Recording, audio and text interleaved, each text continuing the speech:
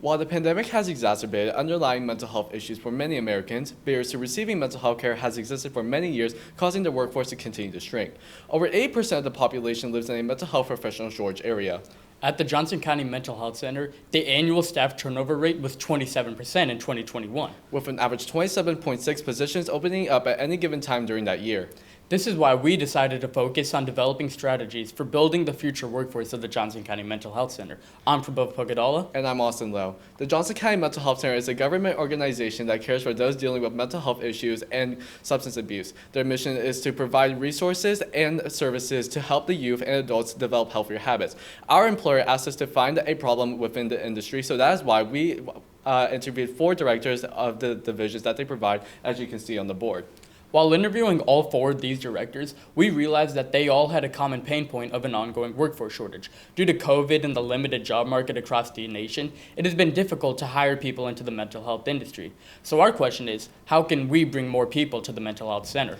And to answer this, we have created a solution that can be split into 3 sections: job fairs, summer internships, and school and community event, outreach. The Johnson County Mental Health Center will provide 4 job fairs throughout the year in county buildings. This will allow new and potential staff to discover the benefits that the Johnson County Mental Health Center can provide for them, and this includes medical insurance, student loan advising, caregiver leave, and more. For internships, the Johnson County Mental Health Center will open up more opportunities for high school students to be more involved and partake in what they do in their mental health center. And this will develop the youth workforce. So these internships will consist of 4 interns, 2 interns for the first half of the summer and 2 interns for the last half of the summer. The first 2 interns will be working alongside ProX, and the last 2 interns will be employed by the Johnson County Mental Health Center. Our last section is school and community events. Our main focus in this section is to reach out to students to drive and educate them about the mental health and to think about it as a viable career choice from an early age. We can do this by talking at primary and secondary school assemblies as well as local sport events. With insufficient marketing and low community outreach, we would like to raise community participation as much as possible. We can do this by using tactics and strategies similar to those of Army recruiters, such as holding friendly competitions and selling merchandise.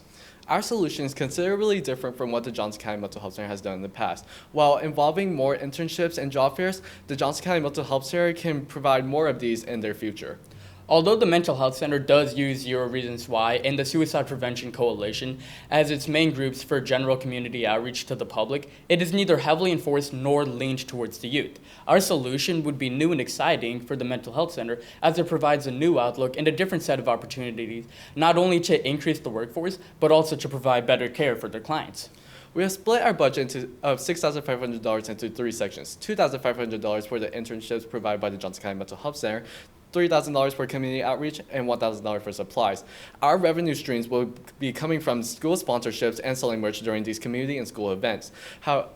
We assume that renting out a space during a football game would be free. However, we have heard from our administrators that it will be nearly $3,000 to purchase a space. Our timeline will start in August 2023 and have a month dedicated to each of the 3 sections we stated before. A job fair will be hosted every 3 months with talking to teachers and participating in school activities in between. We chose to talk at local football and basketball events as these are the events that draw the most community attention. Lastly, our timeline also includes the 2 rounds of internships, and our next steps is to talk to our local school district board members to implement our plan successfully. While also pitching our idea to our employers, they've asked us to designate certain roles to fulfill our mission.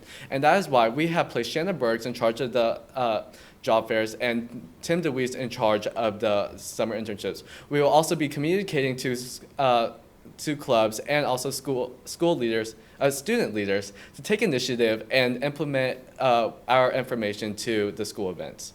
Mental health and illness has affected each and every one of us, whether we've realized it or not. With an insufficient staff, all mental health centers, including the Johnson County Mental Health Center, cannot give their clients the care they need and deserve. And that is why we have focused on, as stated before, 3 sections to increase the workforce in the Johnson County Mental Health Center. With a budget of $6,500 and different monthly activities, we can bring value to our community as well as raise the workforce in our community. Thank you.